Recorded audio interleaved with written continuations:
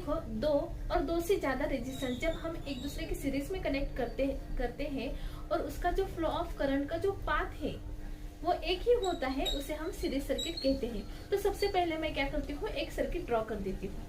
ठीक है, पहले मैं क्या कर देती हूँ, एक इलेक्ट्रिकल सर्किट ड्रॉ कर देती हूँ।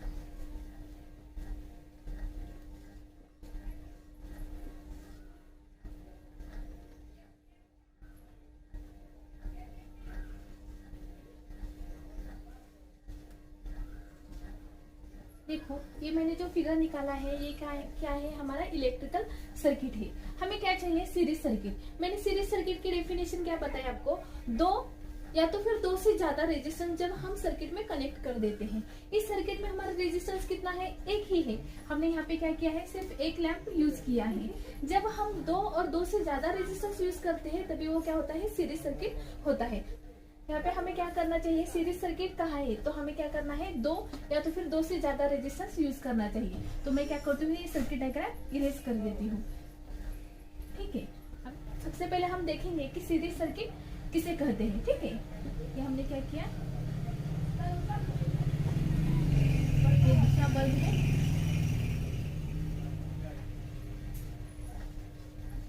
ये हमारा तीसरा बल्ब है। देखो यहाँ पे मैंने क्या किया है, तीन लैंप दिखाए हैं।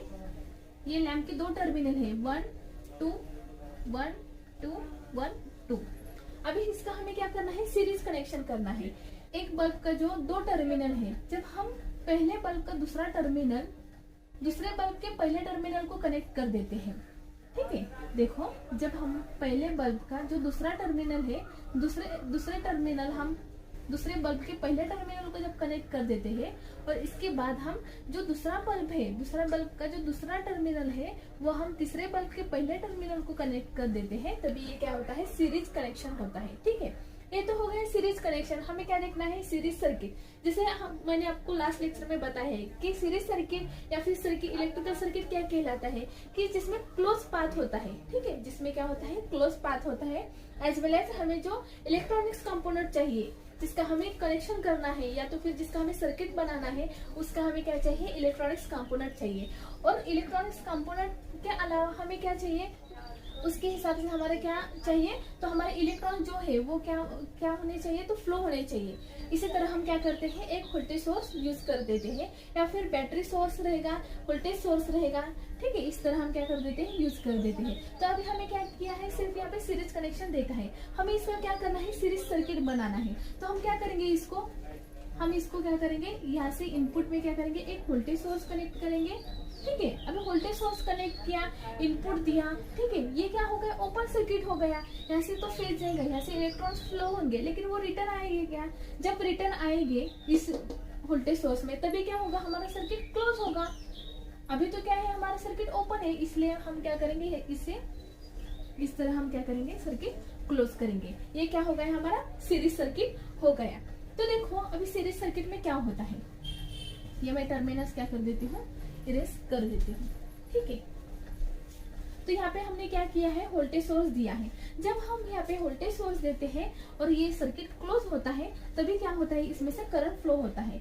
और इसमें से जो करंट फ्लो होता है उसका जो पाथ है या तो फिर उसकी जो डायरेक्शन है वो सिर्फ क्या है, एक ही है। वो डिवाइड हो रहा है कि इधर यहाँ किसी तरह इधर है कौन सा सर्किट जहाँ पे वो करंट डिवाइड हो रहा नहीं है। यहाँ पे क्या है, सिर्फ एक ही सर्किट है और उसमें क्या हो रहा है, एक ही करंट हमारा क्या हो रहा है, पूरे सर्किट में फ्लो हो रहा है। इसीलिए हम इसको क्या कहते हैं, सीरीज सर्किट कहते हैं। ठीक है, तो अभी हम देखेंगे कि किस तरह। अभी देखो नॉर्मली हम जब वोल्टेज देते हैं, वोल्टेज देने के बाद क्या होता है, जो हमारा करंट फ्लो होता है वो करंट क्या होता है, पूरे सर्किट में एक ही करंट होता है। इसका मतलब क्या है, जो हमारा रेजिस्टेंस है, यहाँ पे 1 लैंप है, यहाँ पे मैं लिख देती हूँ लैंप 1, ये है लैंप 2 और ये हमारा लैंप 3। ठीक है, तो अभी हमारा जो करंट फ्लो होता है वो पहले लैंप में से भी सेम वही करंट फ्लो होगा, लैंप 2 में से भी सेम होगा और लैंप 3 में से भी सेम होगा। मतलब तीनों लैंप में से क्या होगा, एक ही करंट फ्लो होगा। तो हमारा जैसा ओम्स लॉ कहलाता है, I is equal to V divided by R। ये क्या है, हमारा ओम्स लॉ है। कौन सा भी हमने इलेक्ट्रिकल सर्किट लिया तो उसमें क्या होता है, ओम्स लॉ ऑलवेज अप्लाई हो जाता है। ठीक है, तो अभी जैसे हमने देखा है कि ये हम क्या करते हैं, इस तरह लिख देते हैं V is equal to I into are.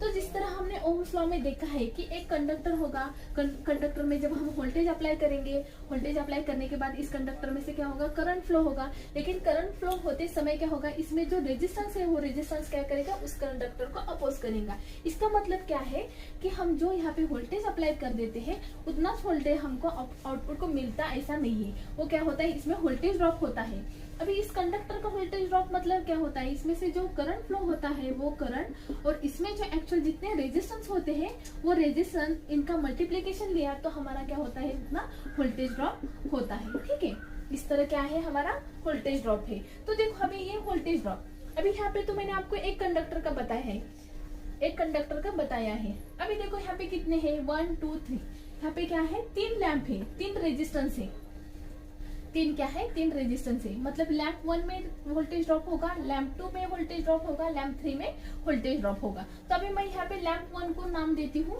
R1, यहाँ पे R2 और यहाँ पे है R3। ठीक है, इसी तरह मैं अभी यहाँ पे क्या करूंगी, 1 बाय 1 एक इक्वेशन लिख दूंगी। ये थोड़ा सर्किट में थोड़ा छोटा कर देती हूँ।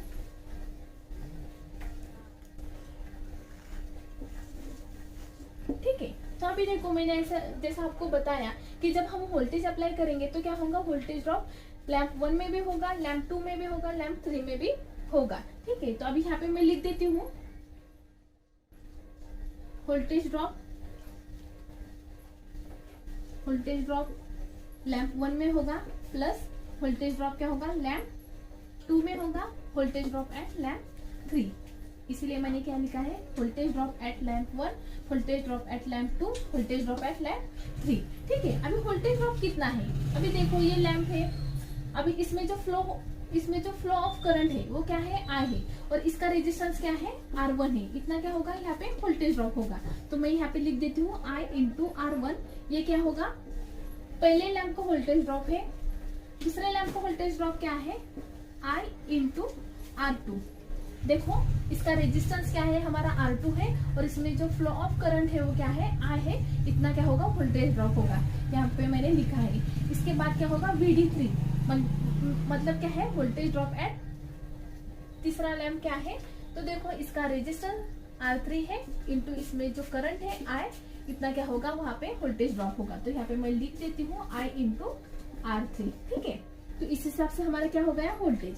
अभी देखो नॉर्मली V क्या होता है, हमारा V क्या होता है, ओम्स लॉ क्या कहलाता है, देखो I is directly proportional to the voltage और I is inversely proportional to the resistance. तो अभी हम क्या कर देते हैं, V इज इक्वल टू क्या लिख देते हैं, I इंटू R। देखो इस तरह हमने क्या किया है, एक इक्वेशन दिया है। तो यहाँ पे हम क्या करेंगे, V की जो वैल्यू है I इंटू R वो यहाँ पे हम पुट करेंगे। ठीक है, हमने क्या किया है, I इंटू R यहाँ पे वैल्यू पुट किया है। अब हम क्या करेंगे, ये जो इक्वेशन है इसमें से हम क्या करेंगे, I कॉमन लेंगे। ठीक है, अभी हमने क्या किया है, यहाँ पे I कॉमन लिया है। इसका मतलब क्या आएगा, R1 यहाँ पे रहेगा, R1 प्लस इससे I कॉमन आ गया, यहाँ पे रहेगा R2, I कॉमन यहाँ पे रहेगा R3। मतलब हमारा इक्वेशन क्या आ गया, I into R is equal to I R1 plus R2 plus R3। I cancel होगा, यहाँ पे हमारा इक्वेशन क्या आएगा, R is equal to R1 plus R2 plus R3।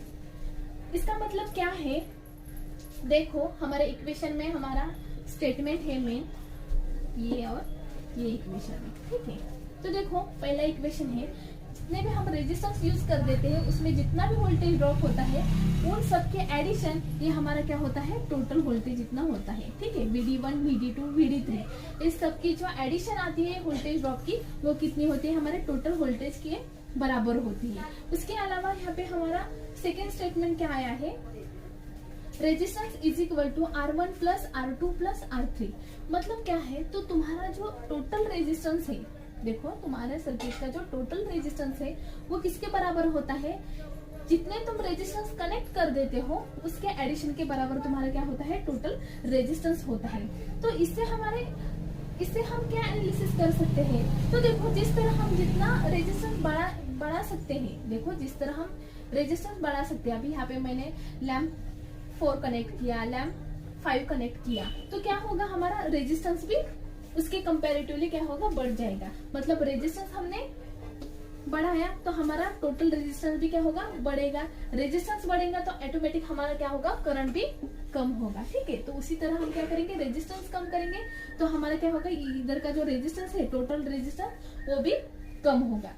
तो इसी तरह आज हमने क्या देखा है, तो सीरीज सर्किट क्या होता है, सीरीज सर्किट किसे कहते हैं, एज वेल एज हमने उसके कनेक्शन डायग्राम देखा है और उसमें हमने क्या देखा है, तो वोल्टेज ड्रॉप किस हिसाब से होता है।